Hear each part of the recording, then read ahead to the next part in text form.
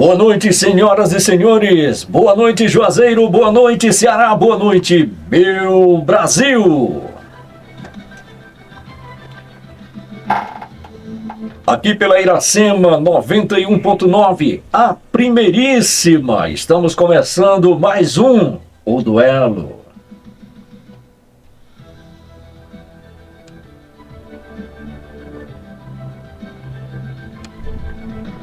E olha só, depois de aí um feriado esticado, né? Os meninos, eu não sei como é que eles estão hoje. Eu sei como é que eu estou, né?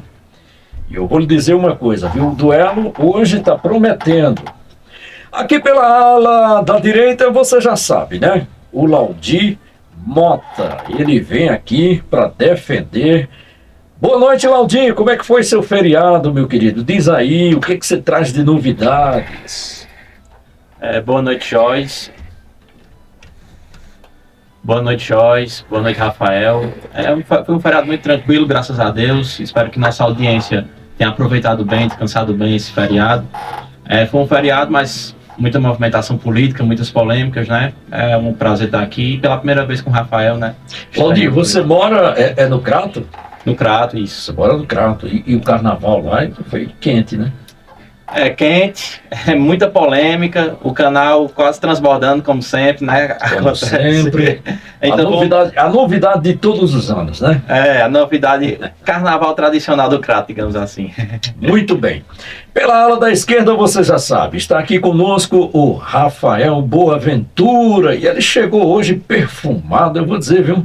O negócio, ele chegou, foi com vontade mesmo. Boa noite, Rafael. Como é que você está, meu querido? Conta um pouco aí do seu feriado, como é que foi, como é que você está chegando hoje aqui com as energias renovadas. Conta aí um pouco pra gente, seja bem-vindo.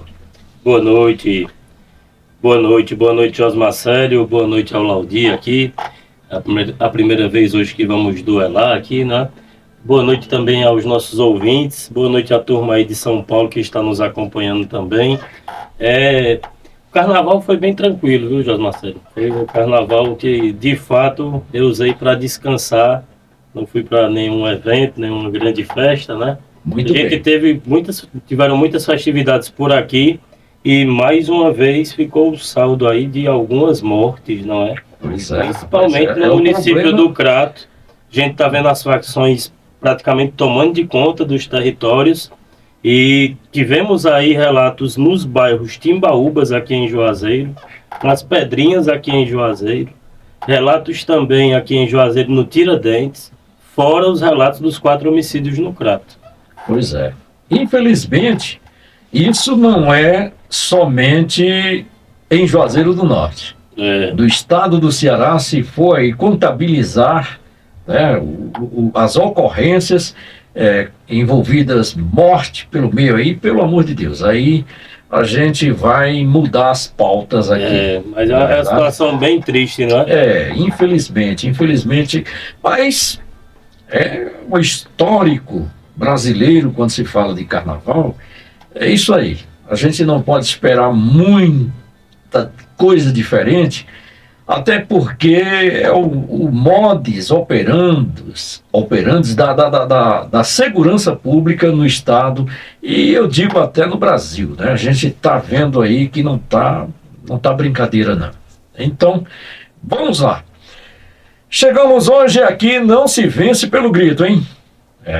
Hoje aqui, quem gritar mais alto não vai ficar pensando que está por cima, que não vai estar.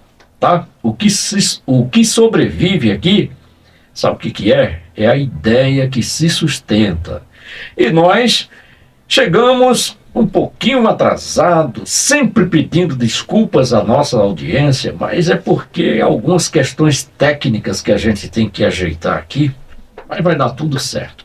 Lembrando para você que o nosso elo de comunicação é o 2157-1191, é o WhatsApp, aonde você vai mandar a sua mensagem, vai fazer a sua pergunta, a sua crítica. Olha, aqui o programa é feito para você. Então, não se limite a nada. Faça aí o seu comentário, a sua crítica, participe, porque a sua participação é muito importante. Lembrando também que você Pode nos acompanhar pelo YouTube, o Duelo 91, tá certo? E também pelo Instagram, tá? E a sua participação, mais uma vez, eu reafirmo, é muito importante. Olha, eu quero começar, antes da gente entrar na pauta, eu quero aqui fazer um relato de um caso um caso tranquilo, sabe? Mas foi surpreendente, onde a gente ainda encontra pessoas de bem para fazer o bem. Na tarde de ontem, eu, Josmar Célio, saí do do Jardim Gonzaga para ir para o bairro Pedrinhas. E cheguei no meio do caminho, cara, aquela chuva torrencial me pegou ali pelo meio, sabe? E a minha motinha, não sei se vocês conhecem ela, ela já está um pouquinho sambada, né? E não aguentou água, tá? Ela molhou, se apagou, não foi para canto nenhum mais, e toca Josmar Célio no meio daquela chuva, rapaz, naquela agonia. Que situação, hein? Pois é, apareceu um cidadão que estava a caminho também da Vila Nova e ele resolveu me ajudar, né? Saiu empurrando a moto com a moto dele, botou o pé ali e saiu empurrando. Mas, chegando na Vila Nova, o que me surpreendeu foi o seguinte: como eu tentei muito da partida da moto, a moto descarregou completamente. Descarregou a bateria completamente, não funcionava mais e tal.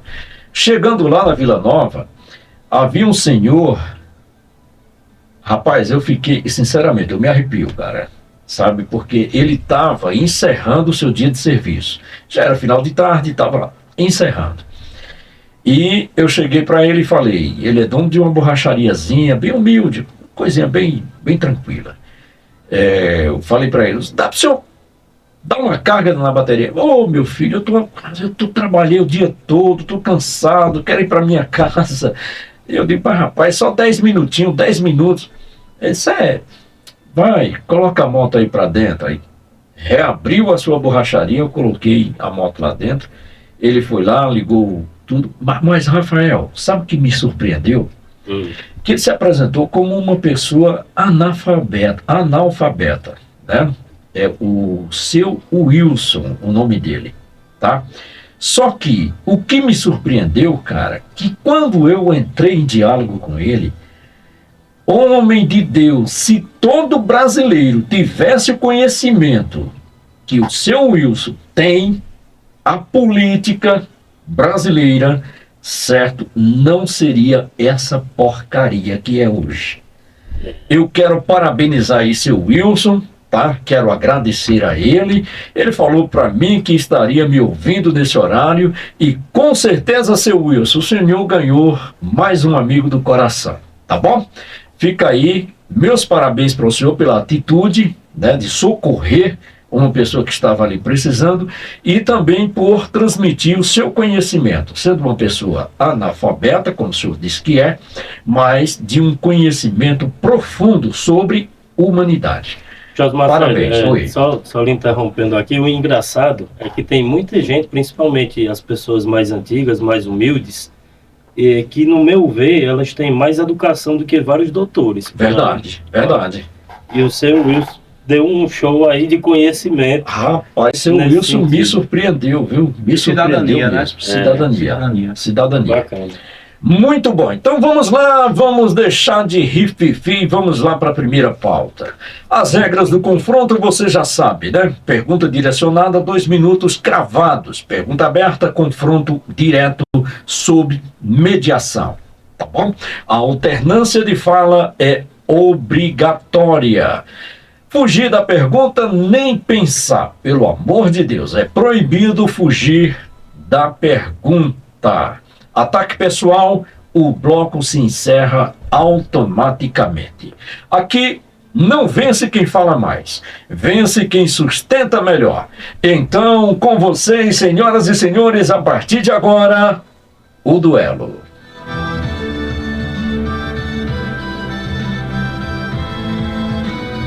Vamos dispensar aqui as apresentações, até porque já se auto-apresentaram, já conversaram com a audiência, então vamos lá para a primeira pauta.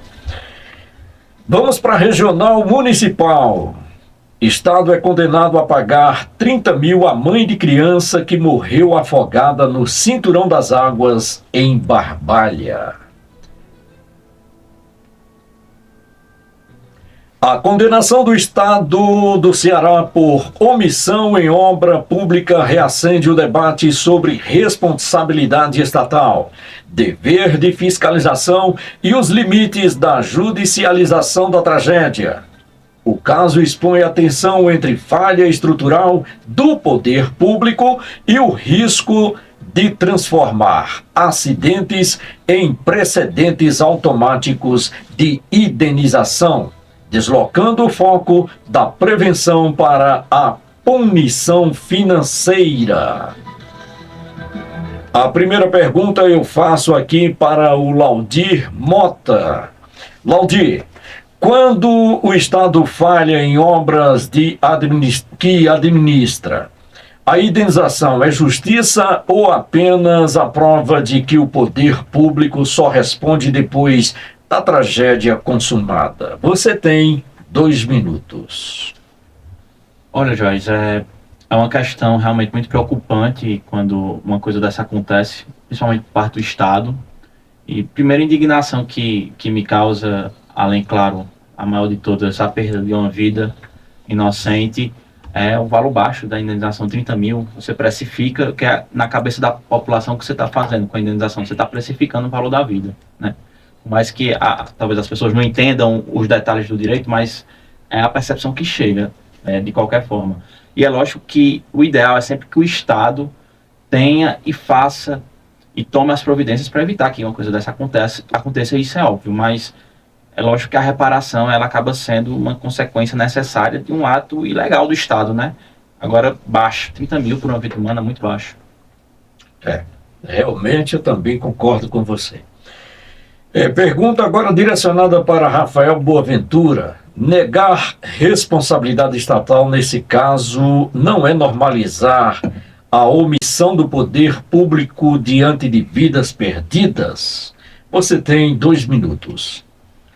É inegável que esse tema é um tema em consenso entre mim e também entre o Laudir, porque se você for parar um pouco para analisar, é um show de incompetência, não é?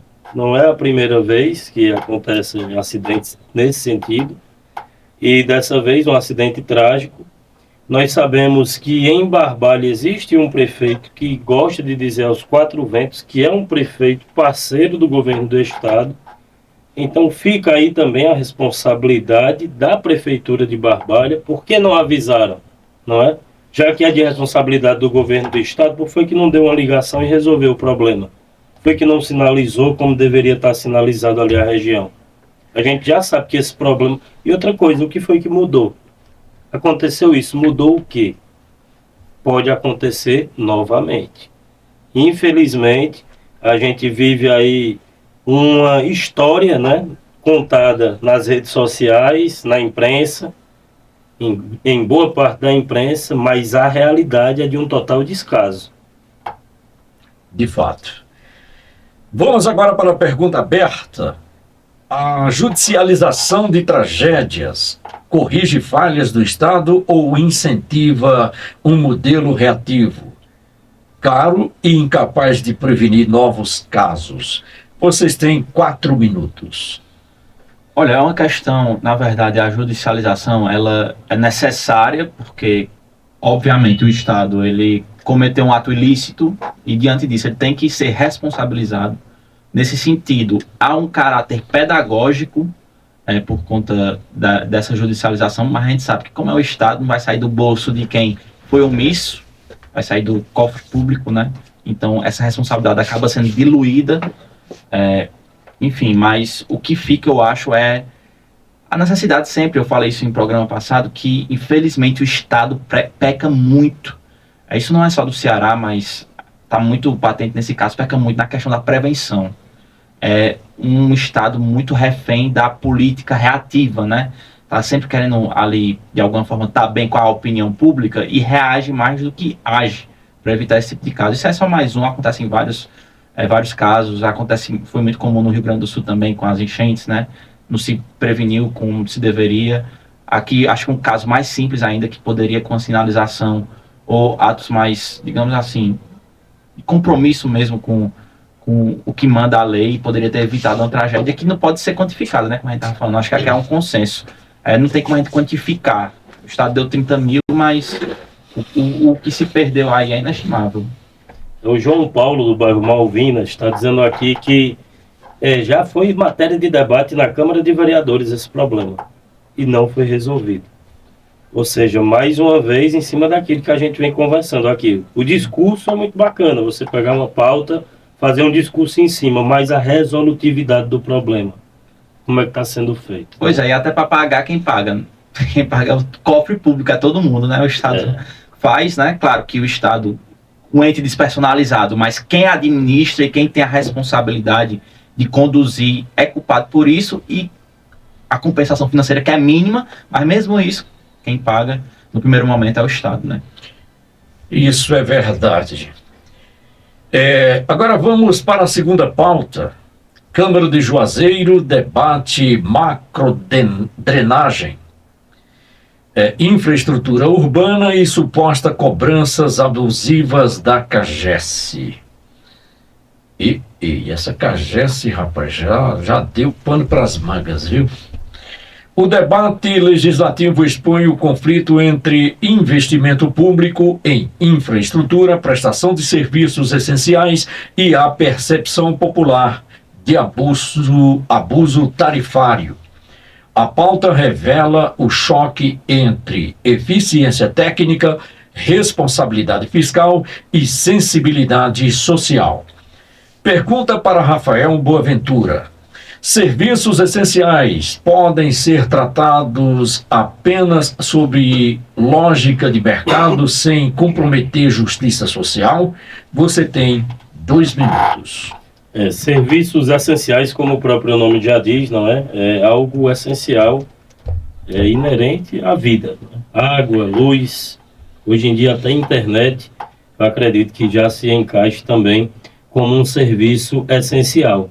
É engraçado como algumas pessoas criticam, a maioria das vezes, Laudinho, inclusive pessoas da direita, criticam o auxílio dado a pessoas de baixa renda relacionado à conta de água, à conta de luz, mas esquecem que esse é um serviço básico, não é? Nós não estamos falando aqui de uma bolsa, de um dinheiro exorbitante que vai ser dado ali ao seu João, à dona Maria. A gente está falando de uma água de R$80, de R$100, que para eles seriam praticamente 10% do salário e que faz diferença sim no final das contas.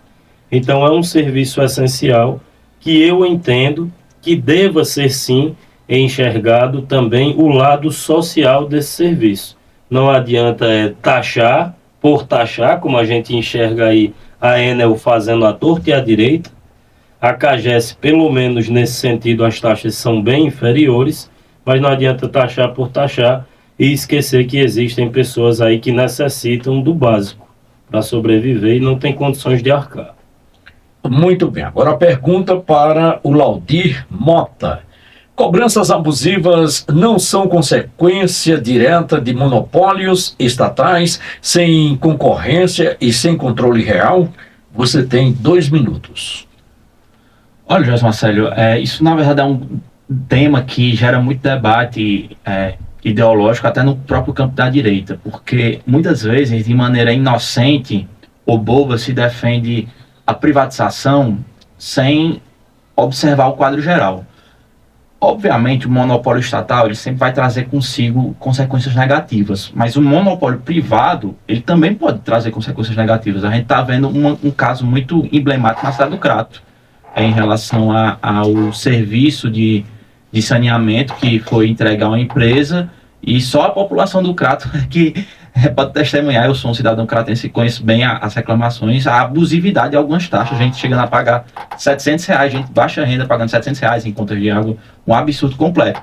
E aí é que entra, a questão não se trata apenas de um monopólio estatal ou não, porque mesmo que seja privado, o Estado tem que tomar o cuidado, e aí compete ao Estado mesmo, evitar a abusividade por parte de entes privados em relação a contas de água, né?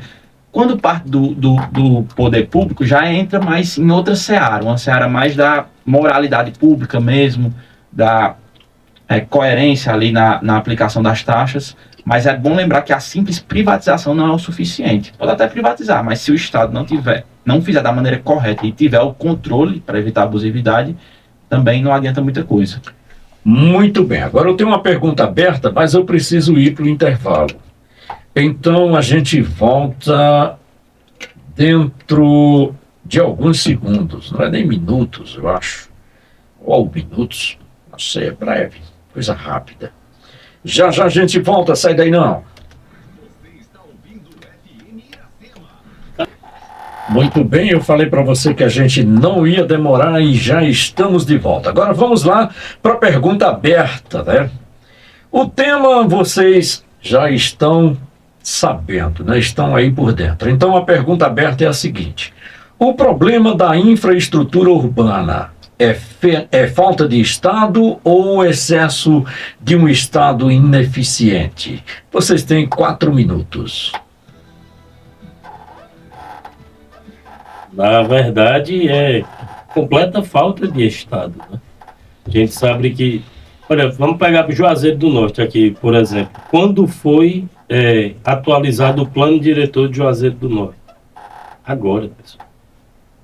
Agora. Quantos e quantos prefeitos não passaram aqui em Juazeiro do Norte com essa promessa e nada foi feito? Não é? Aí você pega, ainda usando Juazeiro do Norte como exemplo, 2 bairros. Um bairro projetado, isso inclusive acho que já falei até aqui no programa. Um bairro projetado, como é o Oásis, bairro projetado desde o começo, não é? E o bairro Campo Alegre, que é um bairro, Claudio, que cresceu e, na verdade, o poder público que depois foi acompanhando o crescimento do bairro, quando, na verdade, deveria ser o inverso, não é? Na verdade, boa parte do Juazeiro, assim, eu que convivo bastante no Juazeiro, mas sou do Crato, a percepção que eu tenho é uma cidade que cresceu muito sem um planejamento, essa percepção de quem vem de fora. Eu acho que aí, nesse caso, já mais na sua linha, talvez batendo um pouco de frente, eu acho que é mais a falta de uma eficiência administrativa, porque o Juazeiro, há muito tempo, tem os mecanismos, sempre teve, para ter um planejamento melhor. E tem um orçamento alto, Juazeiro. Altíssimo, 2 bilhões. Juazeiro do Norte, nos 4 anos, são mais de 2 bilhões. Então, tem grana. Sempre teve dinheiro. É bom que se diga. A gente pega o exemplo do contrato do lixo, por exemplo. O lixo de Juazeiro do Norte, pessoal, era quase 3 milhões de reais mensal. Faz o mesmo serviço hoje com 1 milhão.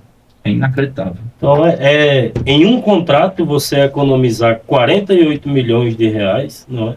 E aí é um debate. É porque faltava recurso ou faltava eficiência dos gestores de adequar essa realidade, né? Porque a gente sabe que, claro, o Juazeiro tem um bônus de ter crescido muito, mas faltou o ônus dos governantes em preparar a cidade para esse crescimento, né? É uma situação bem complicada. Como eu vinha dizendo, eu acho que você inclusive tem razão, boa parte de Juazeiro cresceu dessa forma. Primeiro o pessoal das construtoras, não é? E também dos loteamentos, abrindo as ruas, e depois o poder público indo atrás ali de fazer os reparos necessários, quando na verdade deveria ter sido o inverso, né? Deveria ter sido primeiro o poder público apresentando o projeto e depois as construtoras fazendo as construções. Com certeza. Muito bem, muito bem. Agora 18 horas e 33 minutos. A gente vai para a próxima pauta.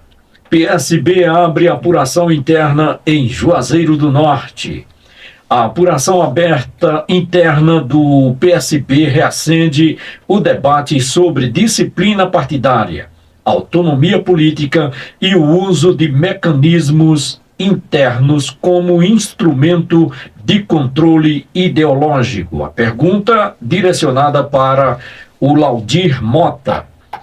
Processos internos são governança partidária ou instrumentos de intimidação política? Você tem 2 minutos. Olha, Joyce, pela lei, governança. Pela política real, né?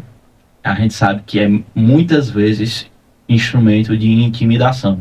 Porque, na verdade, o que se tem hoje, na realidade da maioria dos partidos, é um jogo hegemônico, onde as regras e os processos, eles são muitas vezes geridos de acordo com a conveniência e com os interesses dos, digamos assim, dos chefões do partido. Isso é visto de várias maneiras. A gente pode recordar facilmente do caso dos vereadores e políticos que compareceram à homenagem a Ciro Gomes, que era um ato simbólico, né, da cidade, que não tem nenhuma gravidade. Eu não vejo como isso poderia gerar graves consequências, mas como há o interesse hegemônico, aí não tem governança partidária, tem instrumentalização para intimidar quem discorda dos centralizadores do poder.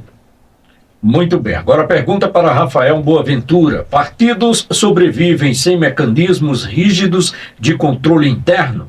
Você tem 2 minutos. Não sobrevivem, mas nós sabemos também como funciona, não é, a pirâmide do esquema partidário. Para que o nosso ouvinte possa ter noção.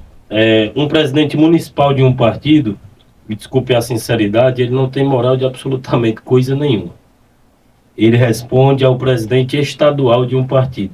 Que se o presidente estadual não estiver de acordo com a cartilha do presidente nacional, em uma simples cartinha ele é destituído do cargo. Ou seja, como é que funciona? Quem manda é quem está lá em cima. Quem manda é o presidente nacional. Se você rezou na cartilha do presidente nacional, ótimo. Não rezou, obviamente vai ser descartado. No caso do Julian, inclusive ele foi muito macho na declaração que ele deu, foi uma declaração muito firme. Ele disse que foi eleito vereador, o presidente do partido aqui, a principal liderança do partido aqui, que é o Giovanni Sampaio, sequer ligou para ele para parabenizá-lo. E o Eudoro Santana sequer ligou para ele, que é o presidente estadual, para parabenizá-lo. Disse: eu fui para um evento e querem me expulsar por isso, podem me expulsar. Então, o que é que deixa evidente? Que o controle é rígido até demais. Existe um controle interno. Os partidos sobreviveriam sem esse controle? Provavelmente não. Mas eles deveriam, no mínimo, ter uma ética, e quando der um cargo para alguém, dá o cargo de verdade, não dá um cargo fictício. Porque, de fato, só quem manda de verdade no partido é o presidente nacional. Seria como uma casa de porta fechada e o dono da chave só entra quem eu quiser, só sai quem eu quiser. É isso? Isso mesmo. Muito bem. Pergunta aberta para vocês. A democracia interna dos partidos no Brasil é real ou apenas retórica? Vocês têm 4 minutos.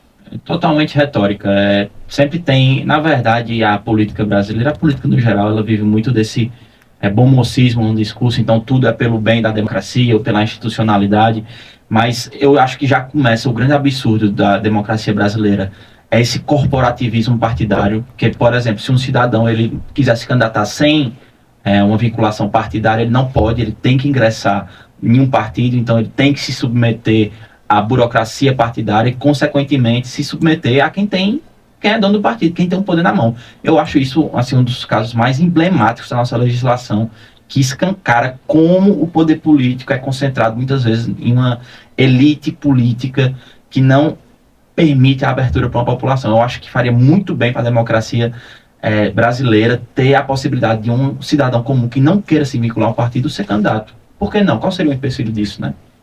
Quando eu estava vindo aqui no carro, eu escutei uma música do Engenheiros do Havaí chamada A Promessa.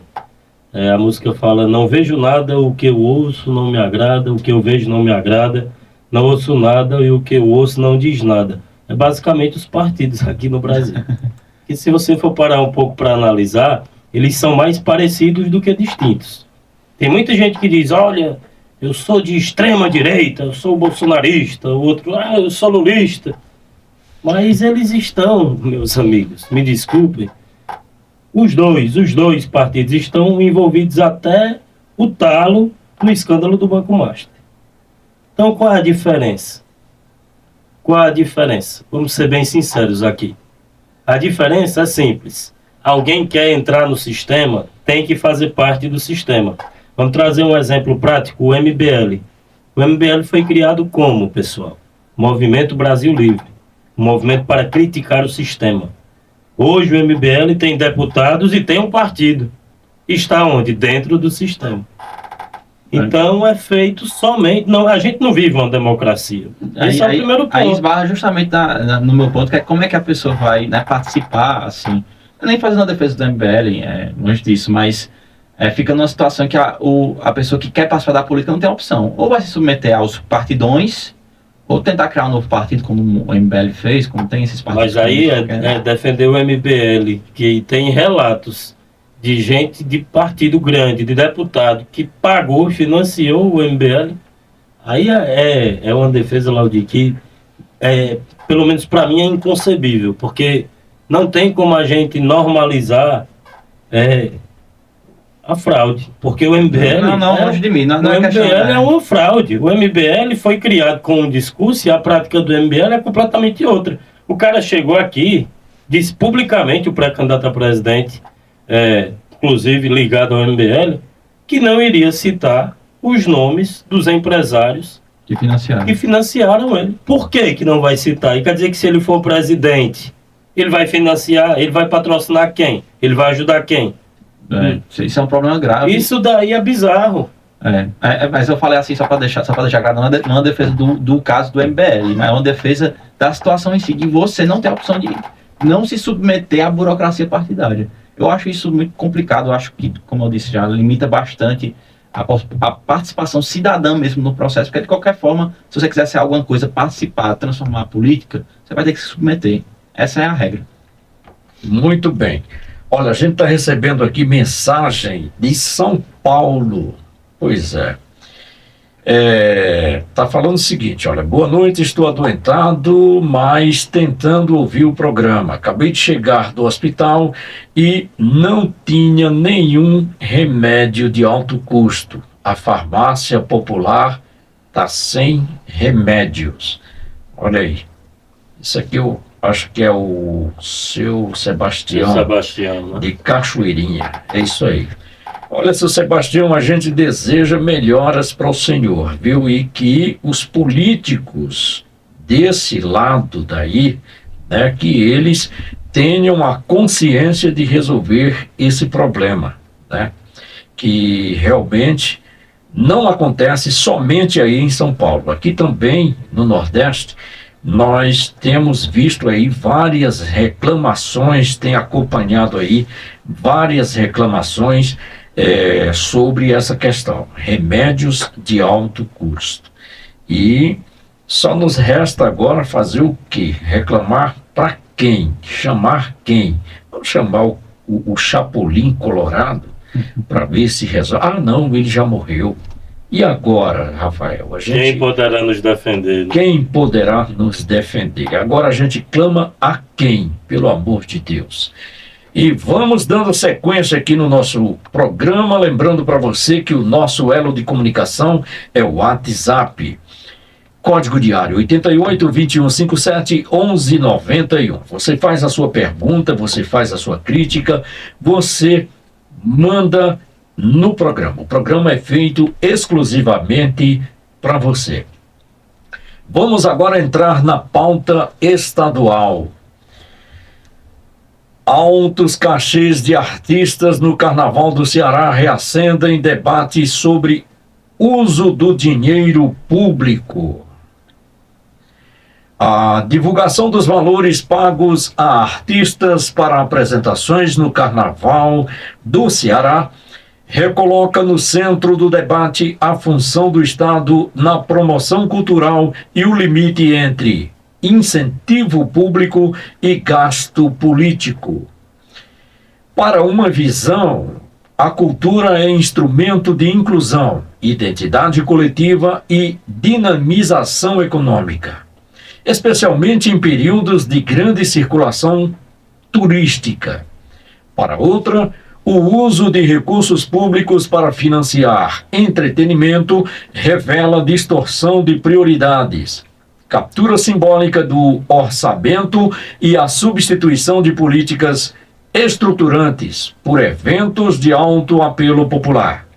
O tema expõe um conflito clássico entre um Estado que se vê como promotor da vida cultural e outro que defende neutralidade estatal. Foco em serviços essenciais e liberdade para que a cultura floresça sem dependência do poder público. Pergunta agora vai para Laudir Mota. Quando o Estado paga cachês milionários para artistas enquanto enfrenta déficit em saúde, segurança e infraestrutura, isso não revela um uso político da cultura como anestésico social para mascarar falhas estruturais da gestão pública? Você tem 2 minutos. É o que o povo sempre fala do pão e circo, né? E é bom deixar claro assim, uma das leis mais básicas da economia, os recursos são escassos. Então, se você gasta para artista no carnaval, você vai ter que tirar de algum lugar. Vai ter 1 centavo ali que você bota ali que você não poderia ter jogado em outro lugar, poderia ter usado na saúde e na educação. Tudo bem, essa problemática, acho que o povo entende bem, porque o povo sente na pele, né? A gente viu, inclusive no Crato, muita polêmica sobre isso. Mas vamos fazer, assim, para arrematar essa questão, porque muito se defende essa questão, dizendo que é uma valorização da cultura ou para movimentar a economia. Diz, não, vai movimentar a economia. Tudo bem, mas para você fazer um investimento de alto impacto econômico, de milhões de reais, como é o caso do Crato, por exemplo, você tem que dar, no mínimo, um estudo para a população, para provar que aquele investimento vai dar um retorno.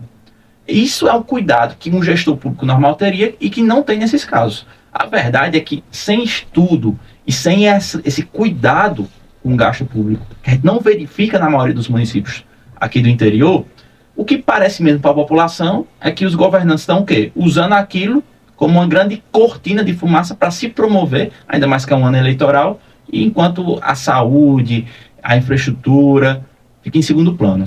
Mas, Laudir, a gente tem visto essa problemática não somente em ano de eleição. A gente está vendo em todos os carnavais aí, o circo é maior do que a cobertura em cima da necessidade. Na verdade, virou um modus operandi. Eu cito até, só por curiosidade, é muito comum você ver nessas festas o artista com cachê milionário agradecendo prefeito, deputado por emenda, por financiar. Rapaz, isso não é possível que a gente viva uma realidade onde isso está normalizado, onde o povo agradece. Isso é inaceitável, porque quem mais precisa não está recebendo esse recurso, não está recebendo esse dinheiro. A prova está aí. A mensagem que a gente recebeu aí do seu Sebastião, né? Ele que está necessitando de um medicamento e esse medicamento não tem, né, na farmácia popular. E isso, para mim, Josmar Célio, isso para mim é vergonhoso. Como é que se cuida, dá um trato numa gestão promotora de um evento que vai trazer muito mais problemas de saúde, que a gente sabe que carnaval não é brincadeira, carnaval aí aumenta muito, né, o percentual de doenças sexualmente transmissíveis e outros problemas.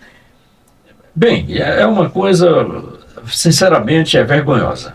Sinceramente, eu me sinto envergonhado sendo brasileiro e ter que viver uma questão dessa no meu país, porque O pior, é inadmissível. O pior, só para fechar, porque é muito preocupante, e eu não quero desrespeitar ninguém, mas o pior é você ver pessoas, gente, cidadão comum, aplaudindo isso. Porque tem.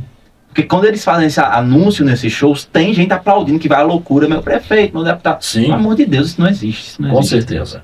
Agora vamos para a pergunta para Rafael Boaventura. Reduzir investimento cultural a um gasto supérfluo não ignora que a cultura também é economia, identidade coletiva e ferramenta concreta de inclusão social, especialmente para populações historicamente marginalizadas? Você tem 2 minutos. A gente sabe que o carnaval é uma festa valorizada e reconhecida internacionalmente, né? Nós sabemos que o nosso carnaval ele gera receita, é bom que se diga, mas falando especificamente aqui no estado do Ceará, 3 das 10 cidades mais perigosas do mundo estão no Ceará hoje. Esse dado é um dado real, você pode pesquisar. 3 das 10 cidades mais perigosas do mundo estão no Ceará hoje. E nenhuma das 3 é Fortaleza, viu? Que ainda está também em um ranking quando citam as 20 cidades. Olha só, como é que a gente vai ter alguma esperança de que a coisa vai mudar pagando cachês exorbitantes aos artistas? Sem falar no aumento de mais de 100% do cachê. Porque o valor do cachê do artista era 1 em janeiro. Aí agora ele já é o dobro. Só para a gente ter uma noção, o Léo Santana tocou em Aracati 1.500.000 reais. Wesley Safadão, 1.300.000. Luan Santana, 1.300.000. Esses outros dois tocaram em Paracuru. O Alok tocou em Aquiraz, 950.000 reais. Zanete Cristiano, 950.000 reais, também em Aquiraz. Para fechar em Quixadá, Ana Castela, 900.000. Natanzinho Lima, 850.000 reais. Isso é um tapa na cara da gente. A realidade é essa, é um tapa na cara da sociedade. Um total de 75 milhões de reais foram gastos no estado do Ceará somente com festividades carnavalescas. Isso serve para provar, né, com caneta de ouro, que brasileiro é trouxa mesmo, viu? É como o Laudi disse, né? A política do pão e do circo. Pois é. Fazer o quê, né? O brasileiro gosta, então toca a carruagem.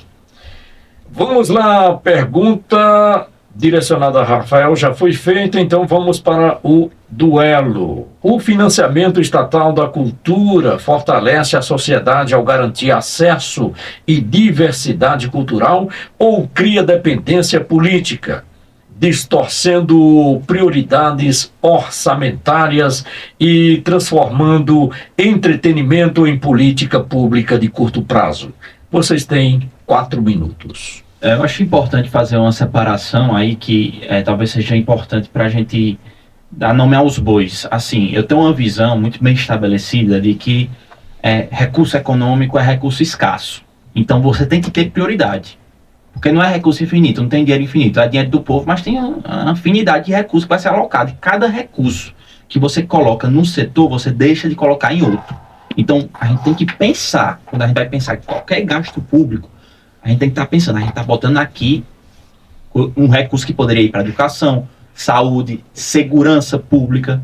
Então, cultura tem que ser encarada como isso. Cultura é importante? Mas eu entendo que ela tem um papel secundário das prioridades do Estado, certo? As prioridades, até porque a cultura ela é muito orgânica. Não é que o Estado não possa intervir ou incentivar, mas acho que o incentivo ele tem que ser direcionado principalmente para a base da sociedade.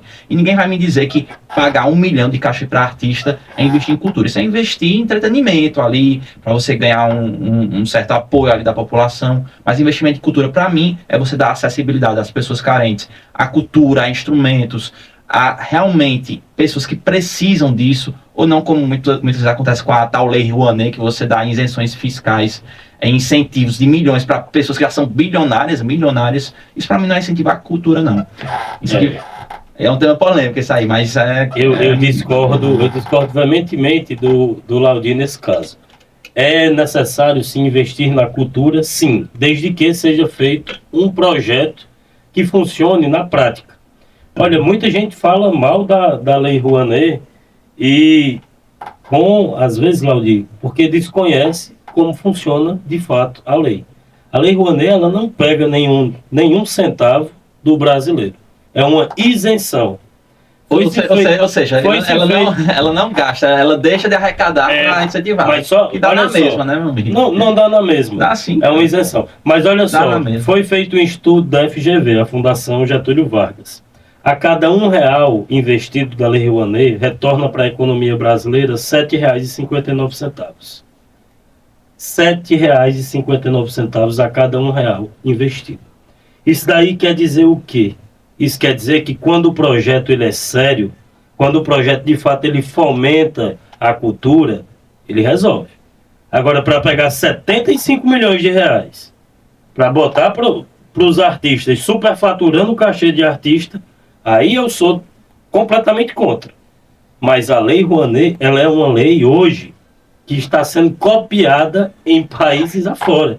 Então, esse dado você pode pesquisar. É da Fundação Getúlio Vargas, uma fundação seríssima, e não tem como a gente vir a público e dizer que um projeto que você investe R$1, e ele retorna R$ 7,59 para a sua economia, não funciona. Tem como a gente rebater sim, primeiro, que isenção fiscal vai tirar dinheiro do Estado. É a mesma coisa. Como é que tira se está voltando R$ 7,59 a cada R$1? Primeiro, que eu não conheço esse estudo, eu preciso avaliar. Não posso ter a desonestidade de desqualificar um estudo que eu não conheço, não faz parte do meu perfil. Mas, primeiro ponto, você voltar para a economia não quer dizer, não é sinônimo de voltar para os cofres públicos. Só de empregos foram gerados pela Lei Rouanet 228 mil empregos. Mas assim, mas veja, tem uma questão aí que precisa ser bem dissuadida para as pessoas entenderem. Um exemplo, a nova matriz econômica e políticas de incentivo, de forma geral, sempre incentivam no curto prazo a geração de emprego. Sempre. Porque você está alocando um recurso financeiro e, lógico, que esse recurso financeiro vai gerar emprego no curto prazo. A questão é como esse recurso está sendo aplicado. Porque só porque está tendo um retorno, não quer dizer que o máximo de eficiência está sendo extraído. O que eu vejo muito na lei Rouanet, pode pegar artistas que mais recebem recursos da lei, você vai ver que são artistas ou já estabelecidos no mercado, ou autores famosos, diretores famosos, e quase sempre artistas que têm, por conveniência ou não, um grande vínculo político com o governo de plantão. E aí você pode puxar, o histórico é largo. A minha questão aí é numa mistura que o Estado tem em não privilegiar, talvez, o que fosse mais eficiente para privilegiar os amiguinhos, os acordões, a turminha ideológica. Aí nisso eu acho que é o grande problema da religião. Só um ponto aqui, Josmar Sério, licença. Ou pessoas já ricas. Só para ver como o discurso da direita ele é extremamente raso. Vocês têm um discurso raso e muito fácil de ser, inclusive, derrubado. Sabe quem são as pessoas que mais recebem a Lei Rouanet no Brasil? São os sertanejos. A maioria deles apoiadores do Bolsonaro. Que se encontram o Gustavo Lima, apoiador do Bolsonaro, não apoiador do Lula. Não, você acabou de dizer. Não, mas eu não disse que era só eles. Você disse que os que mais recebiam. Não, eu disse artistas estabelecidos senhores, ou pessoas os 10. Foi 2 grupos, viu? Os 10 que mais recebem. Senhores, são 10 bolsonaristas. O debate, não, essa cultura é importante. E sim, se ela deve depender de recursos públicos. Esse é o debate. Como eu disse, ele tem que ser investido desde que seja feito um projeto. Quando o projeto é bem feito, funciona. Tá aí a turma bolsonarista, todo mundo recebendo Lei Rouanet. Todo mundo fala mal. Você acha certo então receber isso? Gustavo Lima, 52 milhões, Bruno Marrone, 45 milhões. Você concorda com isso? A partir do momento que existe um estudo, concordo, a partir do momento que Gustavo Lima tem que receber esse dinheiro todo da Lei Rouanet. A partir do momento que existe um estudo que prova que volta R$1 investido, volta R$7,54 para a economia, eu vou discordar disso. Por quê? Você é empresário, você queria investir alguma coisa que você investisse R$1 e voltasse R$7 para você. Você é capaz de me garantir que esse é o maior retorno que você pode ter com o investimento dessa monta? Não, não tem como garantir. É como eu acabei de te dizer, Laudir. Não, seu ponto. É necessário ser feito um planejamento. Quando o planejamento é feito, funciona. Agora, quando pega o orçamento e estoura, como é feito aqui no Ceará, não funciona. Muito bem. Agora a gente vai para um breve intervalo. VaptVupt. Volto já. Sai daí não. Olha aí, não deu tempo nem tossir, viu? Rapidinho. Muito bem, vamos agora para a próxima pauta, agora 18 horas, aliás, 19 horas, cravado, 19 horas. Olha, mandando um abraço bem especial para você de Santo André, para você também de Santa Catarina, para você de Criciúma, meu grande abraço, muito obrigado pelo carinho da audiência. Aqui na cidade de Missão Velha tem a nossa amiga Maria Aparecida, ela está ligadinha no O Duelo. Também abraçando aí o pessoal do João Cabral, pessoal do bairro Salesianos, para você do Franciscanos, o pessoal do Uber, motorista de aplicativos, também nos levando de carona aí por esse Brasil afora. Muito obrigado pelo carinho da audiência. Rafael, para quem é os abraços? Olha, mandar um abraço aqui para a turma da Moda Atual, lembrando que nós trabalhamos em um oferecimento da Moda Atual, o seu jeito de vestir. Moda Atual que está com ótimos preços, gola careca, camisas gola careca a partir de R$ 39,90, calças a partir de R$ 89,90, shorts de R$ 49,90 e bermudas de R$ 69,90. A Moda Atual fica na rua Rafael Malzone, 245A, no bairro Triângulo. Fones 996288563, 988084622. Ótimos preços, roupas adulto e infantil. E são especialistas também em moda plus size. Mandar um abraço para a dona Evanda e todos que fazem a Moda Atual. Abraçar também o nosso querido Wagner Alves, que está na escuta, e disse o seguinte, viu, Josmar Célio? Shows gratuitos com grandes artistas não são custos, são fomento econômico, geram emprego, aquecem o comércio local e fazem a cidade girar. Eu só discordo nesse ponto aqui do Wagner quando o show ele tem um preço exorbitante, não é? Quando em novembro o orçamento do artista é X e no carnaval se paga 2X, 3X. Como a gente estava discutindo, o que importa é o investimento, a qualidade do investimento. A forma que Muito bem, Laudir, seus abraços. Mandar um abraço para minha mãe. Nesse momento ela está na missa, mas ela vai ver depois o programa. Mandar um abraço para minhas amigas Cléa, Bianca, Matheus, Marcelo, Ratão. Mandar um beijo para Eduarda também. Não está acompanhando também, porque está na missa, mas depois ela veio. E é isso. Muito bem, eu aproveito aqui para mandar um abraço também para a dona Janaína, né, a mamãe do Matheus Linardi. Sucesso. Ela que nos acompanha também. Mandando um abraço. Fiel, né? Isso. Mandando um abraço também para Ademir Alencar, ele que é um diretor-presidente das organizações Casarão. Olha só, até mudou o nome.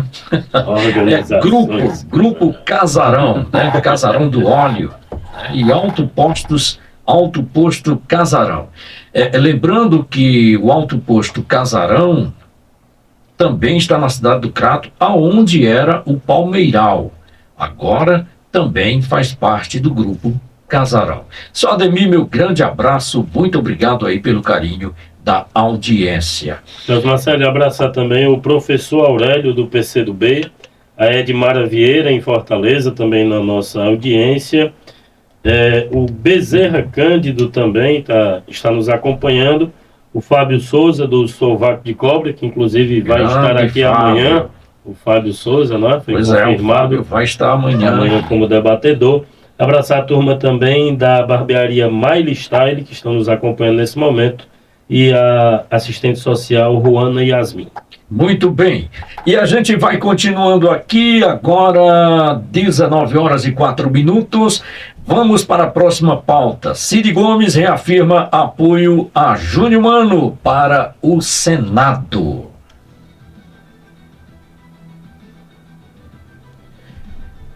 O gesto reforça alianças tradicionais e levanta questionamentos sobre renovação política e coerência programática.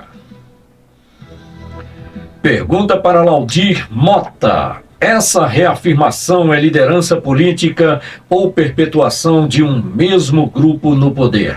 Você tem 2 minutos. Eu acho que denota bastante a necessidade do apadrinhamento, né, para o surgimento de novas lideranças. Isso é muito comum na nossa política. Inclusive, há um conflito nesse caso, na verdade, do Júnior Mano, que parece haver uma resistência do Camilo Santana em relação a ele. É uma imposição mais do Cid, do Cid Gomes, que tem essa vontade, ou parece ter essa vontade pelas declarações que ele tem, pela política que ele está tentando fazer em torno do Júnior Mano, mas uma forma ou de outra, mostra como a gente, às vezes, não tem um terreno tão fértil para lideranças, né? Precisa do apadrinhamento do cara que vai botar a mão para fazer crescer. Muito bem. Rafael, a estabilidade política não depende justamente dessas articulações? Você tem 2 minutos. A política, né, é a arte de negociar. A política é necessário se fazer as negociações. O período da negociação, de fato, é esse. Só que a nossa audiência ela precisa atentar a uma coisa. Existem 2 vagas no Senado Federal agora, não é? Que essa eleição agora vão abrir mais 2 vagas. E tem 8 pré-candidatos somente na esquerda. Então, nesse jogo aí, só tem 2 vagas, repetindo. José Nobre Guimarães já bateu o pé, disse que é candidato de todo jeito. O Eunício Oliveira está batendo o pé, mas já está recuando, viu? É bom que se diga. O Eunício entendeu como é que está o formato hoje. O Eunício não tem força na esfera nacional. Entendeu como é que está o formato. E ficou com medo, inclusive, de perder, o MDB perder a vice no governo do Estado. Então ele mesmo já deu uma declaração dizendo que é do grupo, que sempre foi de grupo. Então isso daí já evidencia o quê? O Eunício hoje, no meu ponto de vista, já deu um passo para trás. O Cid Gomes deu uma declaração bastante interessante. Ele disse o seguinte: se for necessário, eu vou sair candidato. Ele sairia candidato e o primeiro suplente seria o Júnior Mano. Então a gente sabe que uma vaga é do Cid. E pelo que a gente está enxergando aí no desenho, o Cid vai bater o pé e quer porque quer que o Júnior Mano seja o candidato escolhido. Como os prefeitos são do Cid Gomes, é bom que a gente lembre disso, o Cid Gomes tem a palavra final e eu acredito que o Júnior Mano seja sim candidato ao Senado. Muito bem. Agora a pergunta aberta para o duelo. Renovação política é ruptura ou adaptação do sistema existente? Vocês têm 4 minutos. Olha, cada renovação ela precisa ser avaliada em si, né? O simples ato de renovar não quer dizer necessariamente que vai gerar uma coisa ou outra, nem que seja uma coisa positiva. Muitas vezes você renova por uma coisa pior, né? O que me preocupa, por exemplo, nesse caso do Júnior Mano, eu não vou entrar aqui em polêmicas da área judicial ou criminal, investigações que estão em curso, porque seria leviano da minha parte fazer alguma acusação ou conclusão sem ter, né, o processo, enfim, a investigação chegada a seu fim. Mas o que me preocupa, na verdade, é o quadro. Porque gosta ou não do Cid Gomes ou da forma que se faz política, ele sempre foi um cara que você poderia, digamos assim, respeitar por ter uma certa capacidade cognitiva, vamos colocar assim. O Júnior Mano, assim, quando eu vejo... preparo, né? Você está sendo bonzinho, né? Ele tem um preparo. Você pode discordar da forma que ele faz política, mas ele denota ter um preparo. Eu falo assim, de conhecimento acumulado mesmo. É porque preparo pode acabar sendo muito subjetivo. Você pode ser uma pessoa eventualmente muito inteligente e não ser um bom governante, né? Eu quero falar assim, de você ver que é uma pessoa que tem capacidade ali. E o Júnior Mano é o oposto. Eu não sei quais são os motivos exatos pelo qual o Cid Gomes pessoalmente faz tanta questão, mas eu vejo uma decadência muito grande nesse sentido no candidato Júnior Mano, né? Enfim, as negociações típicas da política cearense, infelizmente. E nessa segunda vaga tá bem aberta ainda, né? Uma briga de foice no escuro, porque é cada um brigando por um espaço ali no governo, né? A oposição parece um pouco mais alinhada nesse momento, né? O grupo do Ciro Gomes parece que já está com seus candidatos já engatilhados, e o governo, por ter nesse arco de alianças um pouco mais complexo, parece estar batendo cabeça. Isso pode ser preocupante, inclusive, porque muitas vezes você é preterido e você não faz a campanha e não joga os seus recursos políticos como você jogaria caso tivesse sua vontade atendida, né? E tem também a questão da nova configuração política que está desenhada no estado do Ceará. Não vamos ser ingênuos. A situação faz um candidato e a oposição faz outro candidato. A situação não vai fazer os 2 candidatos dessa vez como fez das outras vezes com facilidade. Inclusive, da última vez não fez, né? Fez o Girão. O Girão foi quem assumiu, porque da última eleição só tinha uma vaga. E ainda foi a vaga do Girão. Foi a vaga do Girão, ou seja... Que quem sabe, né? Quem estudou a política, como funcionou, a gente sabe que o Eunício Oliveira foi traído. O Eunício Oliveira foi traído. O Eunício, ele tinha tanta certeza, pessoal, que ia ganhar essa eleição passada, que ele deu uma entrevista depois de votar falando sobre a votação dele para presidente do Senado Federal.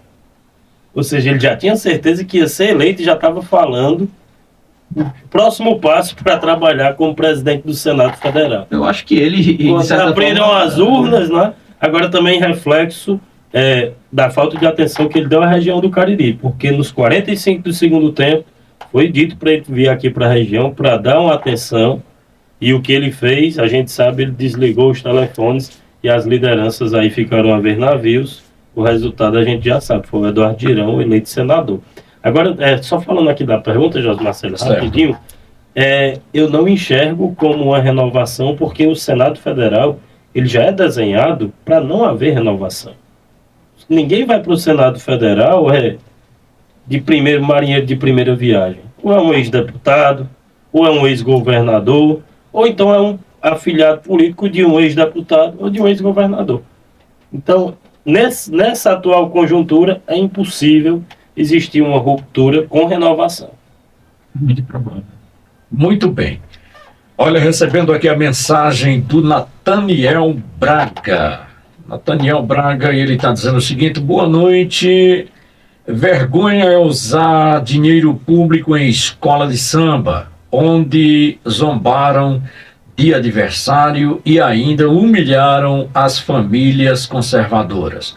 Lula tem que ficar inelegível. Cadê Alexandre de Moraes? Se fosse Bolsonaro, ele já teria dado 24 horas para o prender. A gente vai entrar nessa pauta já. Ainda vai Muito chegar. bem, vai chegar. Daqui a pouquinho a gente vai comentar. Vocês irão debater sobre esse tema, né? Vamos lá, próxima pauta. Eumano lidera a pesquisa de avaliação e se consolida como liderança política no Ceará. A liderança de Eumano de Freitas nas pesquisas de avaliação de governo levanta um debate estrutural sobre o que, de fato, sustenta a popularidade de um gestor público. Para uma corrente, índices elevados refletem capacidade de articulação política, presença do Estado, ampliação de políticas sociais e comunicação eficaz com as camadas populares. Para outra, pesquisas positivas podem indicar apenas aprovação momentânea, sustentada por gastos públicos, programas de curto prazo e narrativas institucional bem construída, sem correspondência necessária com eficiência, responsabilidade fiscal ou resultados estruturais de longo prazo. O tema expõe a tensão entre governabilidade baseada em consenso político e popularidade versus governança orientada por desempenho, limites orçamentários e impacto mensurável. A pergunta vai para Rafael Boaventura. A liderança de Eumano nas pesquisas não demonstra que uma presença estatal mais ativa, com políticas sociais e coordenação governamental forte, gera estabilidade política e respaldo popular, mesmo em cenários econômicos complexos. Você tem 2 minutos. Olha, primeiro que o título é muito interessante, o título da notícia, porque o que aqui relata? Eumano lidera a pesquisa de avaliação e se consolida como liderança política no Ceará. Eumano é governador do Ceará há 4 anos, pessoal. Então ele se consolidou como liderança política agora. Já é, né? Não é? Ele se consolidou como liderança política, ou esse é o discurso que o pessoal está querendo enfiar a goela abaixo no cearense? Porque o que a gente sabe é que durante esses 4 anos o governador Eumano, tudo que ele não conseguiu foi se consolidar. Até agora, a turma da esquerda, principalmente da esquerda radical, eu que sou da esquerda, posso falar isso com propriedade, até agora eles estão com medo de lançar o Eumano candidato a governador, porque tem medo de perder. Então não venha com esse conto da carochinha que ele se consolidou como liderança política. Ele já é governador, tem 4 anos. Como é que ele se consolidou agora? Esse daí é um ponto a ser analisado, né? Mas deixa a nossa audiência analisar esse ponto. Agora, a presença estatal, ela é primordial. A gente sabe que ela é primordial. Agora, o que não pode ser feito é dar tudo, né? Ser tudo pago pelo Estado e nem o inverso também. Tudo pago pelo poder, pelo outro poder, pelo particular. Se você for parar um pouco para analisar, sempre que é feito uma parceria público-privado, que de fato funcione, a população ganha com isso. Por exemplo, a gente teve a vaquejada aqui de Juazeiro do Norte, que foi feita uma parceria público-privada e foi conseguido pagar os gastos, inclusive de parte dos artistas, com o dinheiro do poder privado. Então, sendo bem feito, funciona. Muito bem. Agora pergunta para Laudir Mota.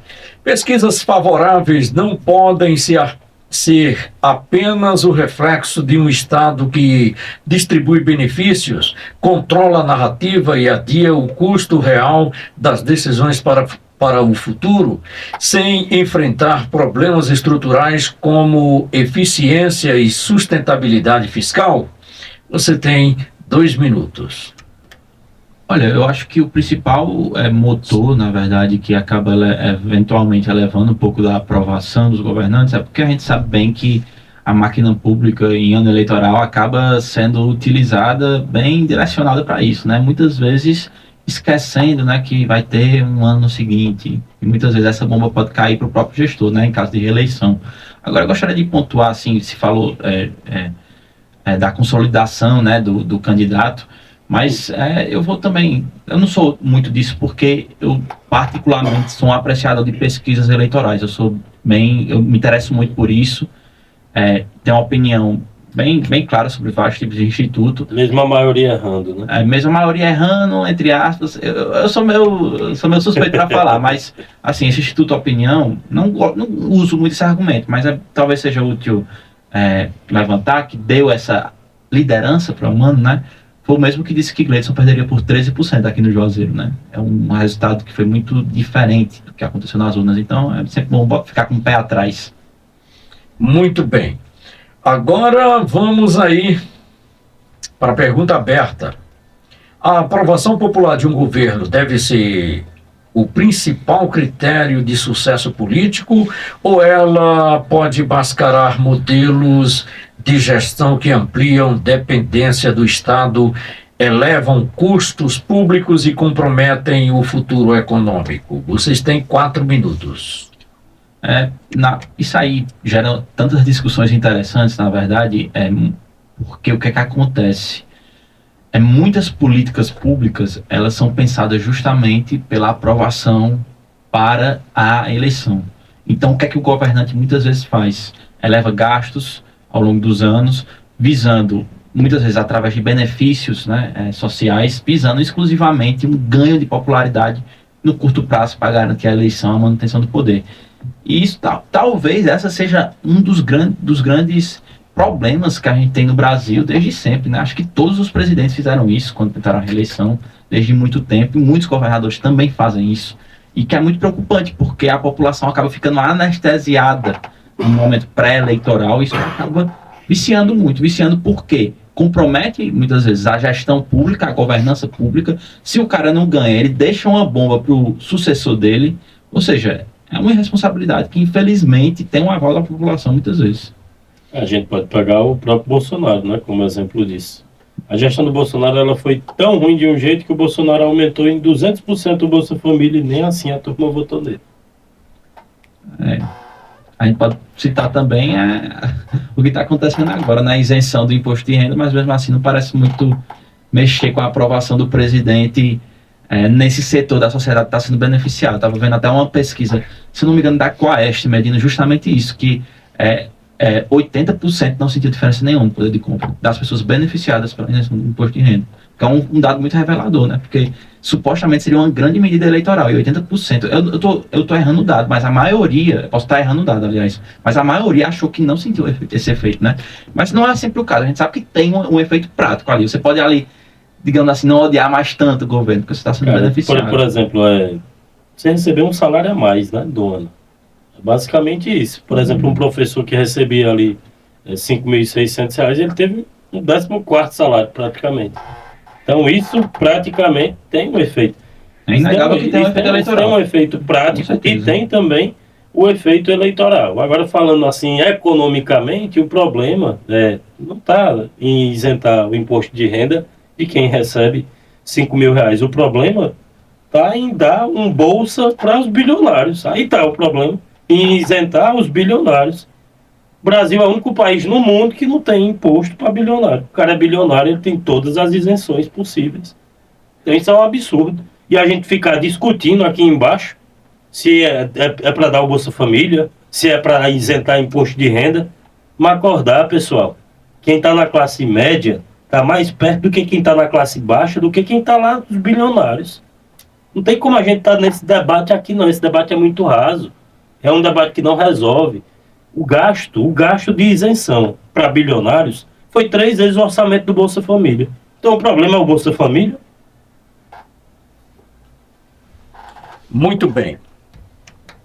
Muito bem. Agora, 19h22, vamos para a próxima pauta. Vamos entrar agora na pauta nacional. Tentar desgastar Lula por escolhas de um desfile é ridículo, diz Edinho. A reação de Edinho Silva às críticas direcionadas ao presidente Lula por escolhas simbólicas em um desfile revela um debate central sobre o papel do simbolismo na política contemporânea. Para a esquerda, a obsessão da oposição com gestos simbólicos seria uma estratégia superficial que desvia o foco de políticas públicas concretas, números macroeconômicos e ações estruturantes do governo. Para a direita, símbolos não são acessórios. Eles expressam valores, prioridades e visão de mundo de quem governa, funcionando como linguagem política direta com a sociedade. O embate opõe duas concepções de poder. Uma que relativiza símbolos indissociáveis da legitimidade da liderança e da autoridade política. Pergunta direcionada a Laudir.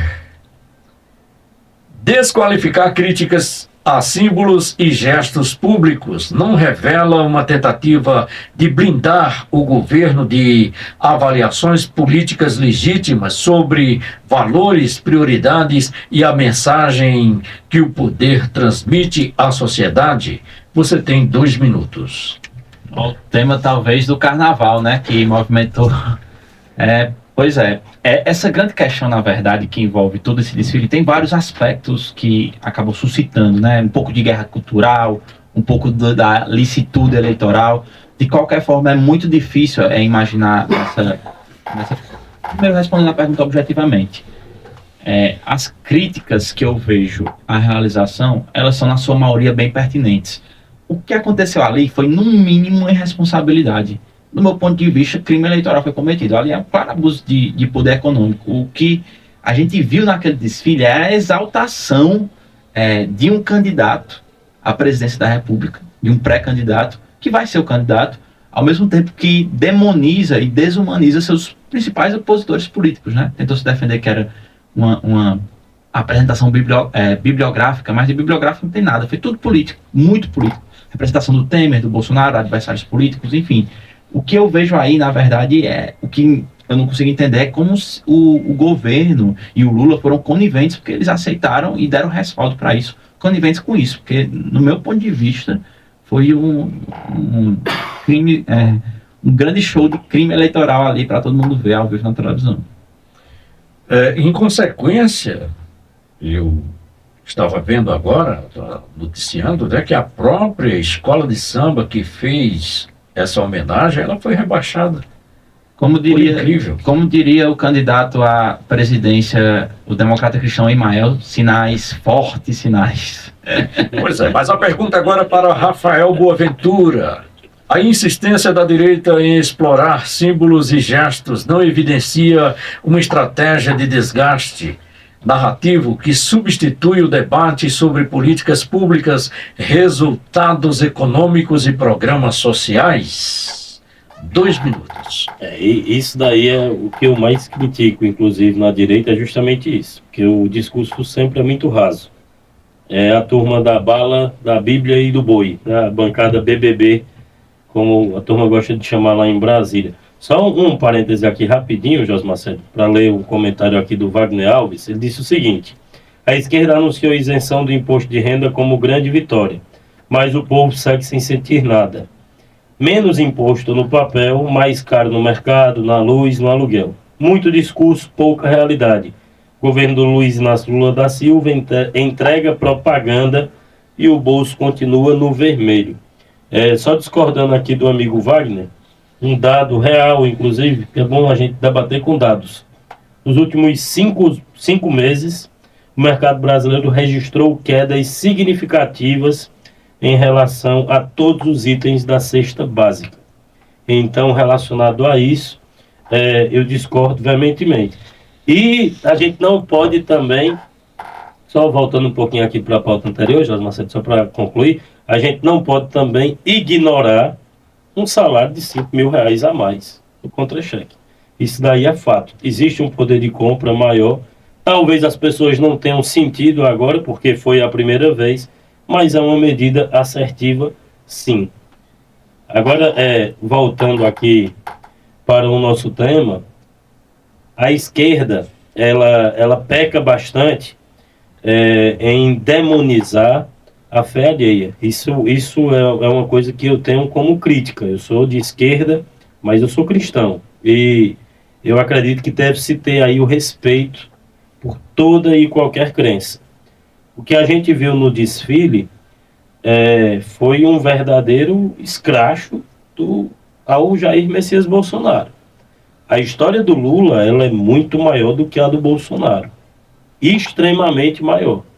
Mas o Lula se apequenou e o desfile, você pode ser de esquerda, você pode ser de direita, mas no desfile existiram pelo menos 3 atos para deixar o Bolsonaro ali desmoralizado.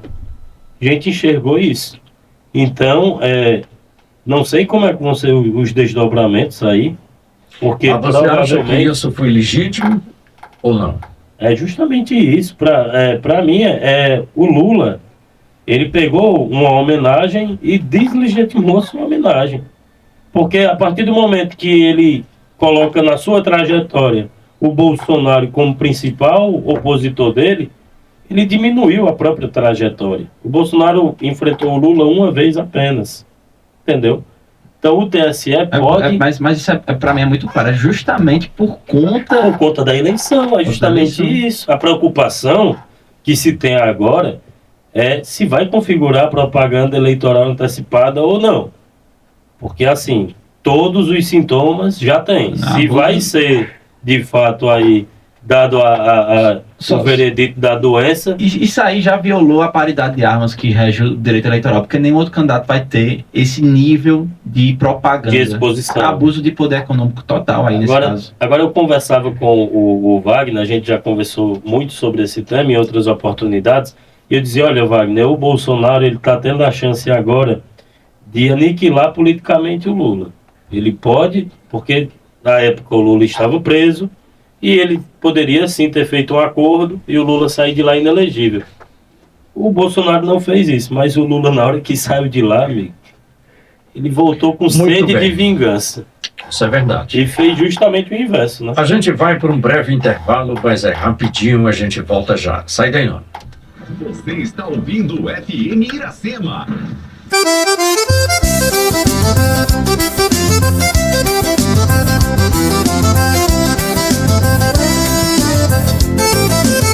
Eu sou do Cariri, Juazeiro do Padre Cícero Romão. Lubrificantes e combustíveis só compro no Casarão. Aqui tem qualidade, procedência, preço justo e o atendimento é personalizado. Meu amigo, lá do posto Casarão, você tem respeito e é bem tratado.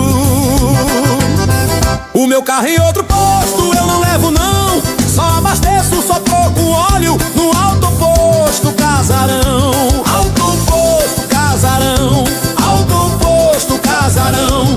Nesse eu confio e não tenho medo não. Qualidade, preço justo de verdade é só no Alto Posto Casarão.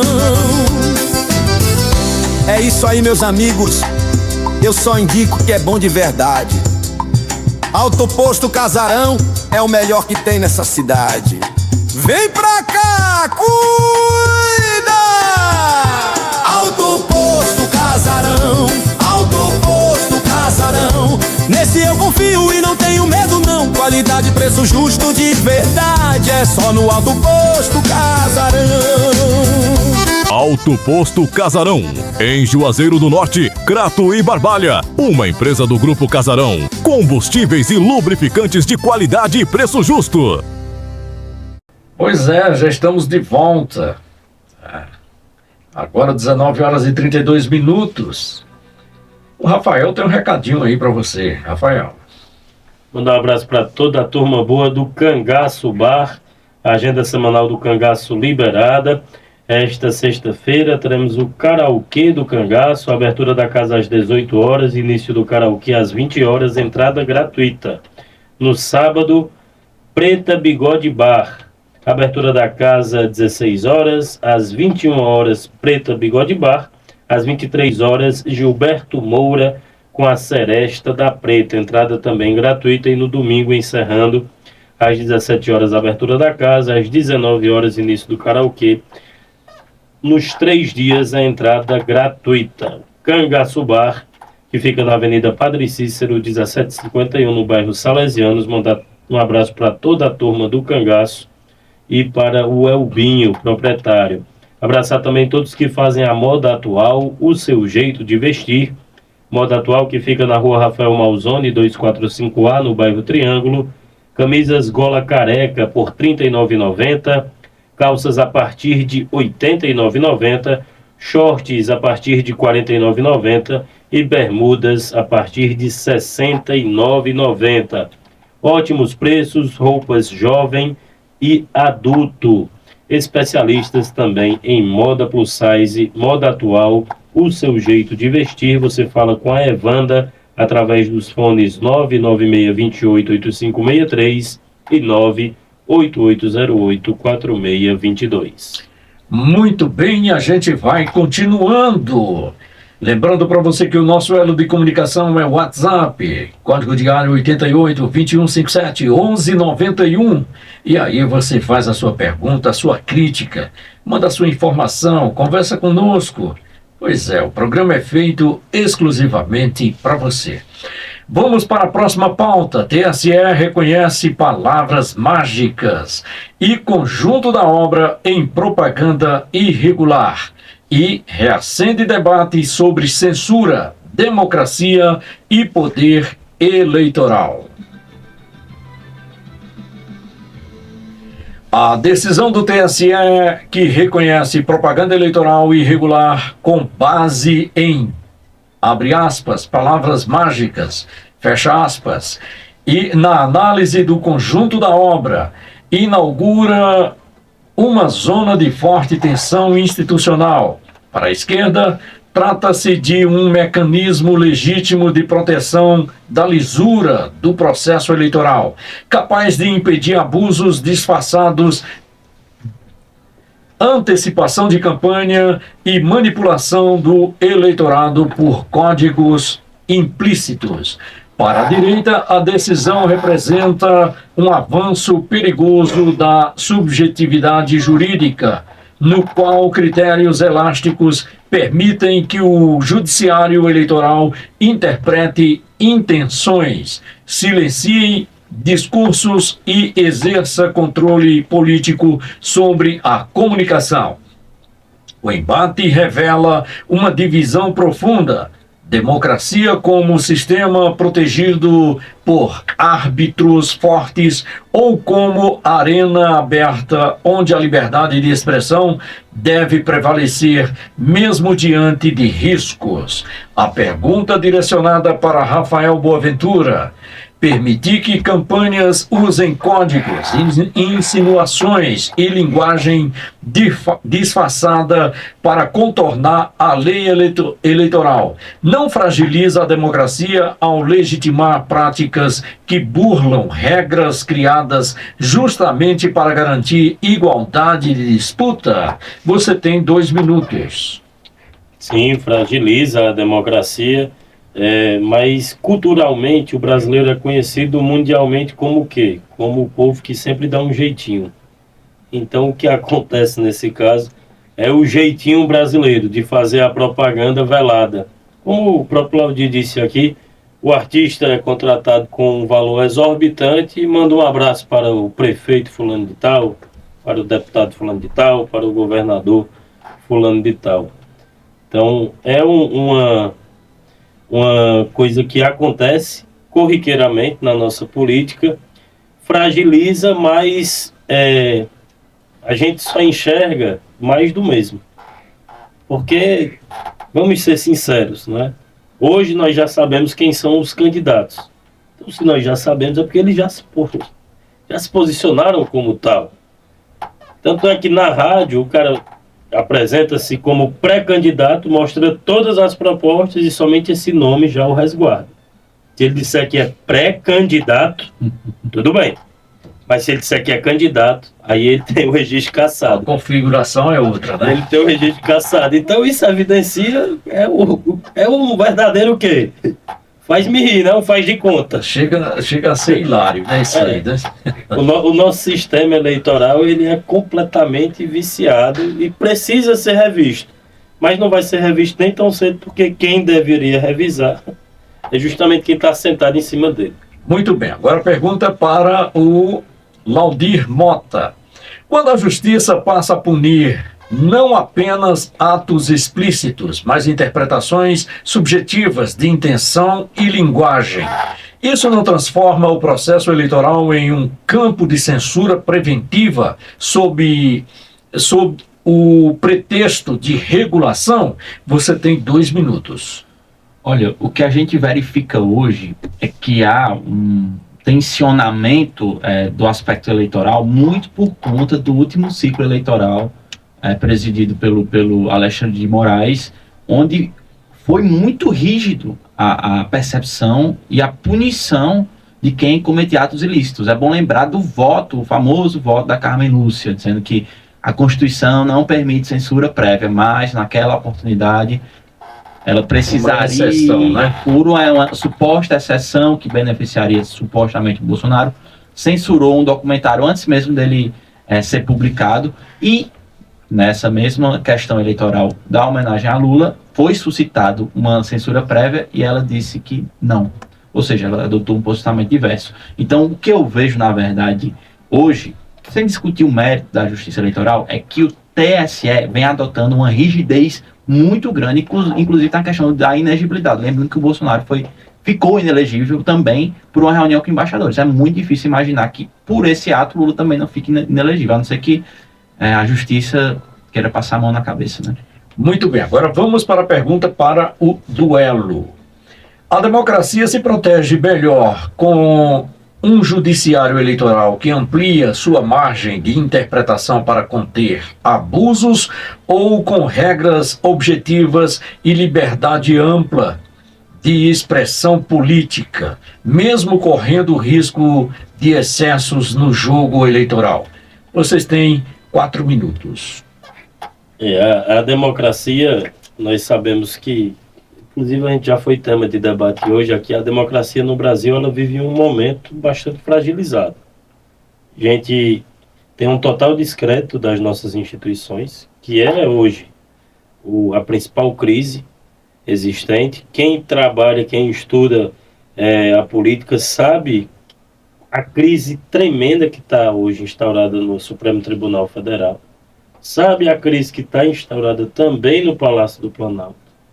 Então, nós temos hoje o decreto do Senado Federal, da Câmara Federal, do STF. Como é que a democracia vai sobreviver se a Suprema Corte, né, a principal corte, precisa de um código de ética para que os juízes cumpram o que é para ser feito? Né? Para mim é algo inimaginável. Você, Laudir, por exemplo, eu estou lhe processando. E o Josmar Célio vai julgar o processo, certo? Então eu vou e contrato a esposa do Josmar Célio para me defender. Você acha que isso, em algum lugar no mundo, isso é concebível? Esse daqui não é um debate de direita ou esquerda, pessoal, é um debate de moralidade. Eu acho, inclusive, já pegando um gancho, que fica até o recado, a minha percepção, aí já suprapartidário. Eu sempre tive mais um lado, não, eu tô aqui, né? Mas uma coisa que eu acho que eu sempre tomei cuidado, assim, as minhas expressões políticas, assim, é ser um defensor do que é correto, não por uma questão meramente de, porque tem que defender o certo, mas porque, principalmente, especialmente, a gente não pode chegar no nível de ideologia política ou de idolatria política que a gente deixe de defender o que é óbvio. Isso mesmo. Até porque, mesmo que a gente se preocupe tanto com política, a gente não pode dar uma narrativa, por exemplo, e olha no lado da esquerda, para a oposição, de ser o único que, por exemplo, vai criticar o Alexandre de Moraes. Porque eu acho muito perigoso dar esse monopólio para a direita. A esquerda tem que assumir também, no meu ponto de vista, a crítica ao que está acontecendo. Seria bom para a esquerda e bom para o país também. Porque o que está acontecendo é muito anômalo, isso não é normal.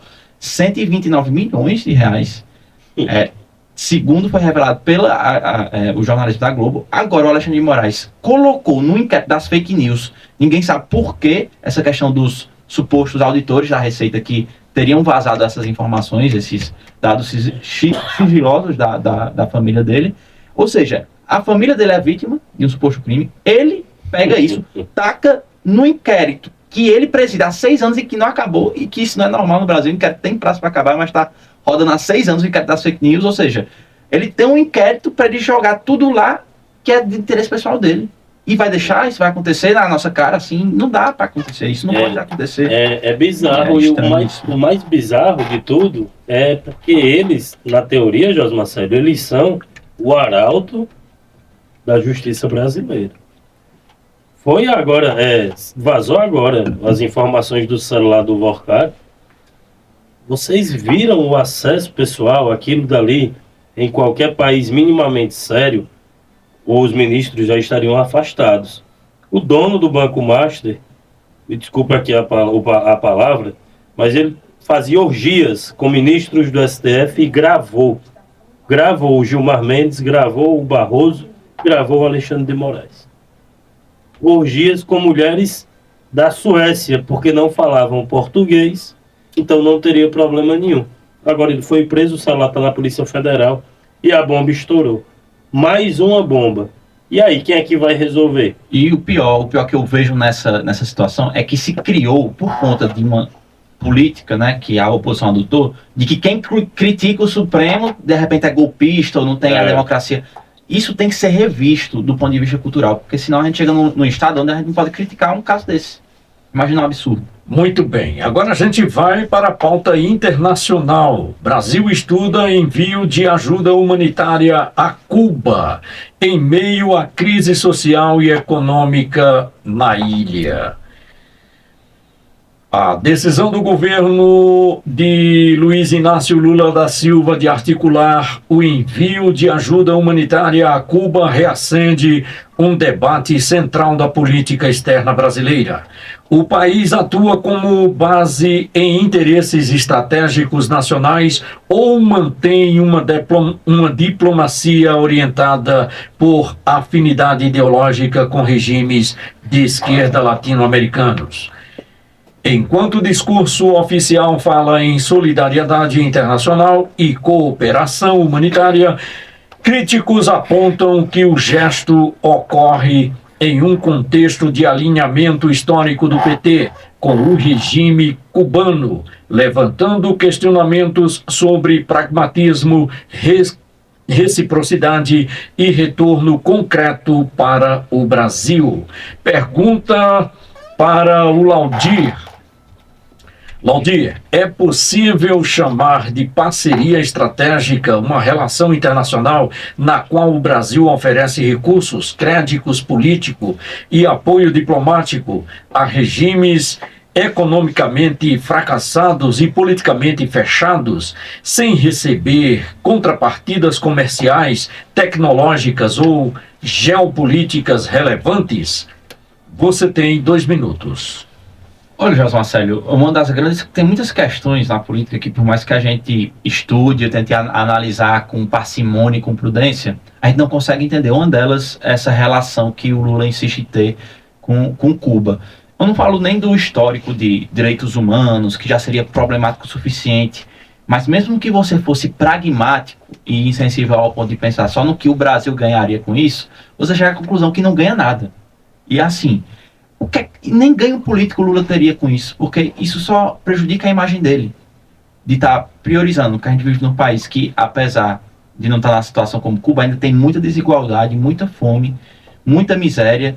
A gente viu o relato aqui do ouvinte lá de São Paulo, que não tem acesso a medicamento, né, que está sem acesso, e mesmo assim a prioridade do dinheiro do povo é para ajudar um regime, não por caridade, mas porque há um vínculo ideológico, político, que se torna ainda mais problemático por ser um regime que perseguiu, que até hoje é muito fechado e persegue pessoas inocentes. Então é incompreensível, eu não consigo entender, eu tenho muita dificuldade de entender qual o sentido de tudo isso. Muito bem, agora a pergunta para o Rafael. Reduzir relações internacionais à lógica imediata de retorno econômico não empobrece a diplomacia e transforma o Brasil em um ator submisso ao pragmatismo das grandes potências, abandonando o seu papel histórico de liderança solidária no sul global?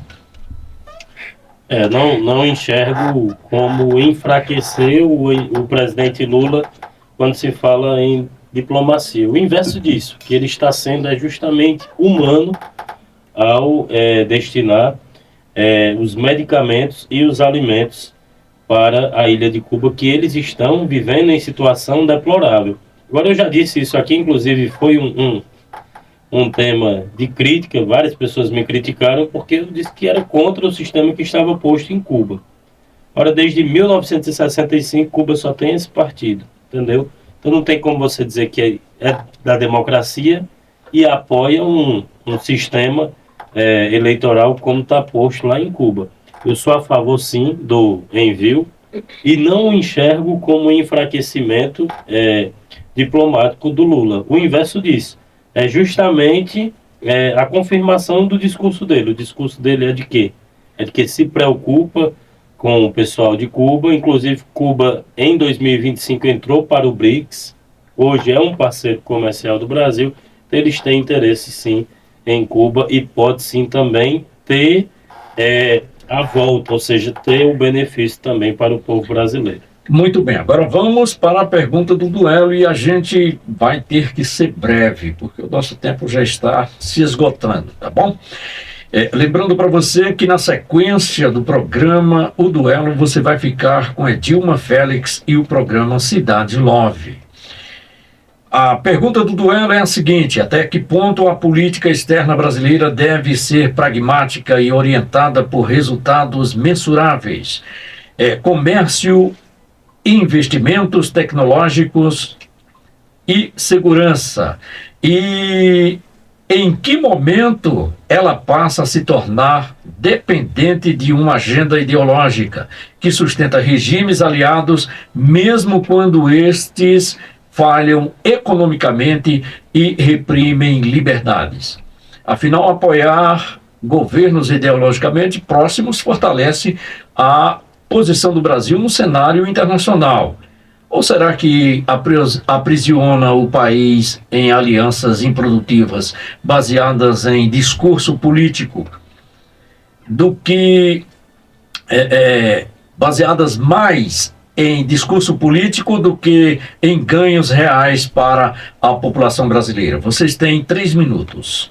Olha, José Marcelo, eu já começo assim partindo do ponto que isso, na verdade, aprisiona o Brasil, inclusive do ponto de vista moral. E já discordando, eu não acho que isso reforça uma posição do Lula em relação a uma certa humanidade, de querer ajudar. Na verdade, eu vejo o oposto, eu vejo uma faceta bem monstruosa dele nesse aspecto. E eu explico por quê.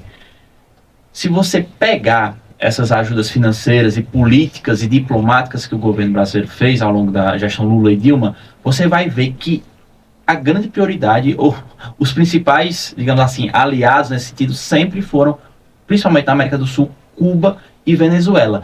Em contrapartida, você não vê, nunca se viu movimento diplomático para que, do Brasil, inclusive de pressão mesmo, para que Cuba ou Venezuela restabelecesse a normalidade democrática e cessasse digamos assim, a violência contra as pessoas inocentes. Você não vê isso, muito pelo contrário. Você vê Lula postando foto com ditador, ostentando esses ditadores, recebendo esses ditadores com tapete vermelho em Brasília. Então me parece que essa ajuda não é humanitária, é uma ajuda para financiar políticos que eles entendem como necessários, para uma aliança ideológica do PT, que por acaso esses políticos esses que matam gente, né?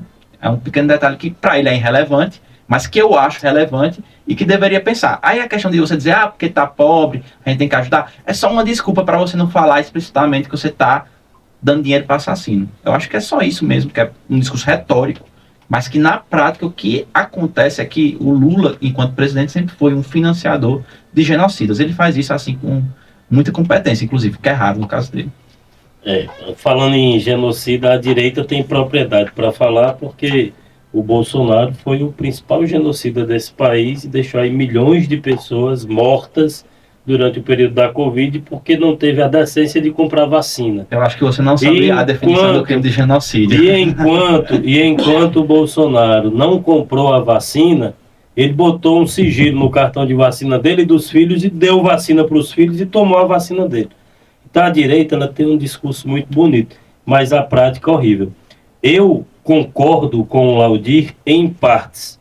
Eu concordo com o Laudir quando ele cita que o Lula erra algumas vezes diplomaticamente. Mas nesse caso nós estamos falando de pessoas que estão passando fome, estão passando necessidades básicas. Então uma coisa não tem absolutamente nada a ver com a outra. O que está indo para lá não é dinheiro, o que está indo para lá é medicamento, alimento. E outra coisa que você falou aqui para a nossa audiência, deixar bem claro, os principais parceiros comerciais do Brasil não são Cuba e Venezuela, são Chile e Argentina. Não é Cuba uma coisa é você ser parceiro comercial, outra coisa é você financiar. É Cuba e Argentina. Porque parceria comercial é uma troca. Não, mas você usou a expressão parceria comercial. Não, eu usei a expressão financiar. Mas veja bem, tudo bem, eu entendi seu argumento, mas é importante pra gente não perder o fio da meada, porque eu acho que é um ponto bom. Que tem gente passando fome lá, e necessidade, eu não tenho a menor dúvida, mas por que essas pessoas e não todas as outras, inclusive no Brasil? Que no Brasil existem vários projetos sociais que todos eles foram implementados pelo Lula. Em Cuba não tem... É inegável. Sim, mas... O Lula não é presidente de Cuba, pessoal. É por isso mesmo que ele devia investir nos pobres daqui. Ele é presidente do Brasil. Isso, inclusive a pauta de... Olha, vamos lá. Quantos projetos sociais o Bolsonaro criou? Você faz assim, ó. Você pesquisa... Tu tem que parar usar o Bolsonaro como bengala para defender o Lula. A gente tá falando de outra coisa aqui. Você deixar eu concluir meu raciocínio. Você pesquisa, no próximo debate você traz. Você não vai trazer nenhum, porque não foi criado nenhum. O Lula criou 9 projetos sociais, que os 9 funcionam. Então, é um debate que tem que ser levantado com mais tempo. Eu não sou a favor do sistema que está posto em Cuba hoje, mas eu sou a favor de você ter humanidade. Todo e qualquer político, ele vai ter aliado. Ele vai ter aliado da direita, vai ter aliado da esquerda, vai ter aliado ditador e vai ter aliado não ditador. O Lula não é diferente de nenhum político do mundo relacionado a isso. A diferença é que o Lula é um diplomata. A diferença é que o Lula fez campanha dizendo que defende democracia, que é uma coisa que, pelo menos nisso, a gente pode concordar de certa forma, né? Que talvez que ele não defende, mas pelo menos digamos assim, ele tem alguma competição para mentir, né? Fingir que se importa com essas coisas. A diferença, como eu disse, é que ele é um diplomata. Mas no frigir dos ovos, Claudio, e nossa audiência, voltando, o cenário está tão polarizado que está tudo mais parecido do que distinto. A realidade é essa. Muito bem, senhores, nosso tempo esgotou. Que pena, que pena. Não houve acordo, mas que bom que não saiu ninguém ferido, né? Ainda bem, graças a Deus. Mais um dia ileso aqui no programa. Mais um dia ileso. Olha só, para você que está aí do outro lado nos ouvindo, eu quero deixar meu agradecimento, especialmente para o amigo Felipe. Ele entrou agora e falou bem assim, olha, aliás, ele mandou a mensagem agora, mas estava acompanhando e disse, um debate de grande qualidade, está parabenizando aí os debatedores. Muito obrigado. No momento eu peço somente as considerações finais de Rafael Boaventura.